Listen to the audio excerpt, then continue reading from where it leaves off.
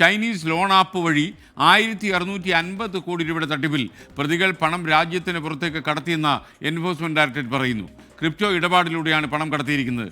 രാജ്യവ്യാപകമായി നടത്തിയ റെയ്ഡിൽ വിവിധ അക്കൗണ്ടുകളിൽ നിന്നായി 123 കോടി രൂപ E D മരവിപ്പിച്ചിട്ടുണ്ട്.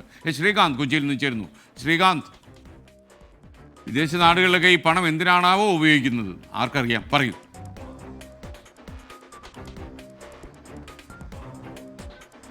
Good morning S K. ഈ ചൈനീസ് ആപ്പ് ഉപയോഗിച്ച് മലയാളിക്കിട്ട് നല്ല ഗംഭീര ആപ്പാണ് വെച്ചിരിക്കുന്നത്. കാരണം ഇതിന്റെ ഈ തുകയുടെ കണക്കൊക്കെ കേൾക്കുമ്പോൾ കയ്യിലെയും കാലിലെയും വിരളൊക്കെ മാറി മാറി കൂട്ടിയാൽ പോലും ആ തുക നമുക്ക് കൂട്ടിയെടുക്കാൻ സാധിക്കില്ല എന്നൊരവസ്ഥയിലേക്കാണ് കാര്യങ്ങൾ എത്തുന്നത്. ഈ പ്രതികൾ ഇപ്പോൾ നമുക്ക് കിട്ടുന്ന വിവരമനുസരിച്ച് ഈ തുക വിദേശത്തേക്ക് കടത്തി എന്നുള്ളതാണ് മനസ്സിലാകുന്നത്. ക്രിപ്റ്റോ ഇടപാടിലൂടെയാണ് ഈ തുക പുറത്തേക്ക് ഇവർ കൊണ്ടുപോയത്.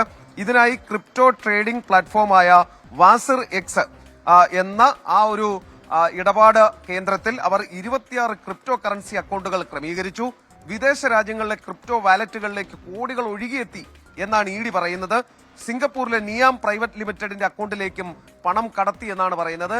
ഈ 2 മലയാളികൾക്കും ഒരാൾക്ക് 2 കോടിയും ഒരാൾക്ക് 70 ലക്ഷം രൂപയും ഇതിന് പ്രതിഫലം ലഭിച്ചു എന്നാണ് പറയുന്നത്. അതേസമയം ഇ ഡി അവരുടെ നടപടി കടുപ്പിക്കുകയാണ്. വിവിധ അക്കൗണ്ടുകളിലായി 123 കോടി രൂപ ഈ പ്രതികളുടേതായി ഉണ്ടായിരുന്നു. അതിൽ ഈ അക്കൗണ്ടുകളെല്ലാം മരവിപ്പിച്ചിട്ടുണ്ട്. അതേസമയം അവർ പറയുന്ന കാര്യം തുടർ അറസ്റ്റുകൾ ഉണ്ടാകും, അക്കാര്യത്തിൽ ഒരു സംശയവും വേണ്ട.